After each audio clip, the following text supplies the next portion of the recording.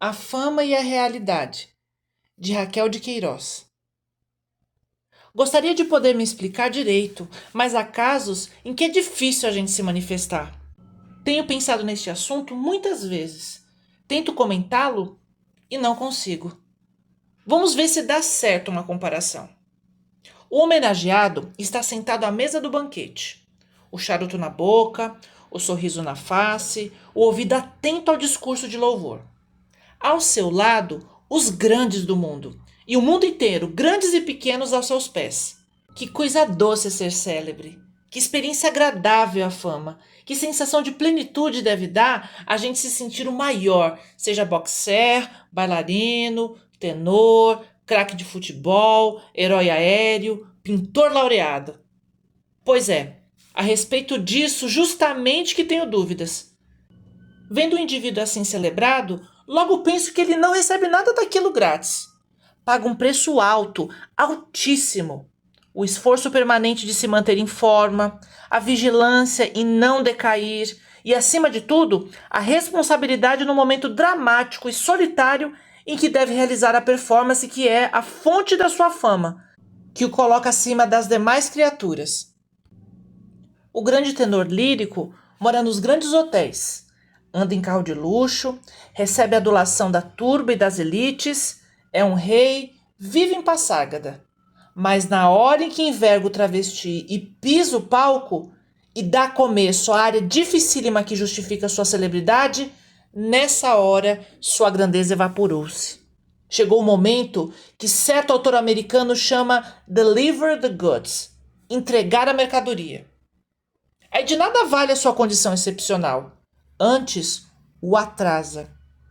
Aí ele tem que trabalhar com o suor do rosto, com o ar dos pulmões, com a mísera garganta que talvez esteja travada de emoção ou de receio, com os músculos tensos, sozinho, porque nada o ajuda. Antes, a expectativa ciumenta do seu público o espreita como um olho de inimigo. O as da aviação. A gente o vê no momento em que desembarca e é recebido com banda de música. Mas e na hora de tensão e terror lá em cima? Quando as vísceras se encolhem no protesto da carne contra a velocidade desumana? Vísceras que não diferem em nada das tripas de um covarde. E o fôlego que falta sofrendo a altitude inimiga da vida e a luta contra a máquina? O cheiro da máquina, a brutalidade da máquina, a falibilidade da máquina. Poderá haver maior desamparo? Os exemplos podem se repetir até o infinito.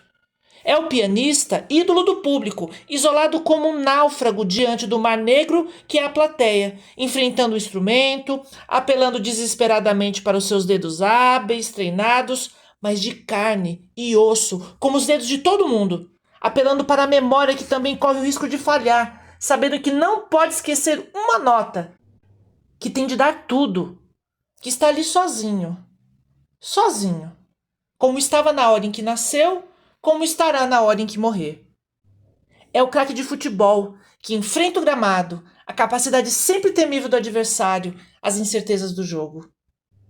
É o trapezista na hora do duplo salto mortal, a contemplar lá de cima o chão duro, ou a morte. E a separá-los, não há senão a sua destreza e a sua coragem. E o toureiro, que desafia a fera, o grande ator vivendo o drama imortal. Até o próprio diabo do escritor com a folha de papel em branco diante de si.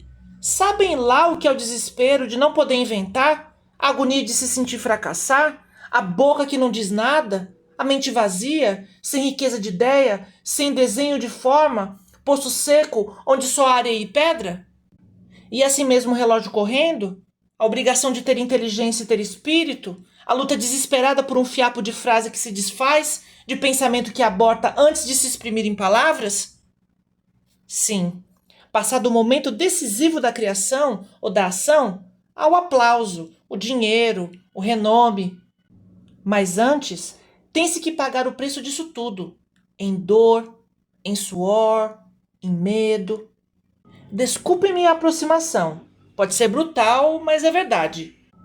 Como uma cortesã, paga-se com o corpo. Por mais que se doure o cenário, por mais que se idealize o ofício oficiante, tem-se o luxo, o amor do povo, o retrato nas revistas, as palmas, a inveja. Mas quando chega a hora de entregar a mercadoria, com o velho corpo é que se paga.